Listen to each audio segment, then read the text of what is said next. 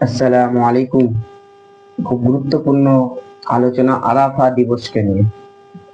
আল্লাহ তাআলা কোরআনের মধ্যে শপথ খেয়েছেন আরাফার দিবসে। আরাফার দিনে দোয়া শ্রেষ্ঠতম দোয়া।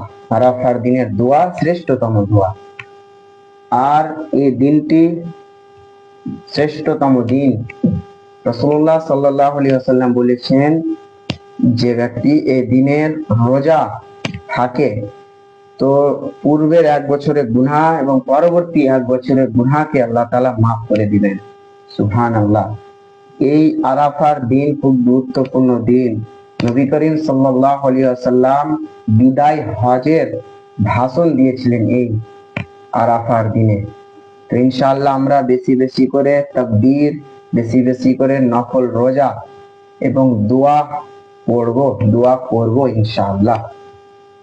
আর একটি বিশেষ দোয়া রয়েছে, প্রিয় নবী হযরত মুহাম্মদ সাল্লাল্লাহু আলাইহি ওয়াসাল্লাম এবং অন্যান্য নবীরও এই দোয়া পড়েছেন, লা ইলাহা ইল্লাল্লাহু ওয়াহদাহু লা শারীকা লাহু লাহুল মুলক ওয়া লাহুল হামদ ওয়া হুয়া আলা কুল্লি শাইইন কাদির।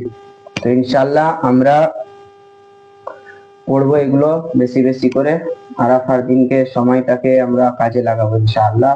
আর আজকে সকলে আমরা রোজা থাকার চেষ্টা করব। আসসালামু আলাইকুম ওয়া রাহমাতুল্লাহি ওয়া বারাকাতুহু।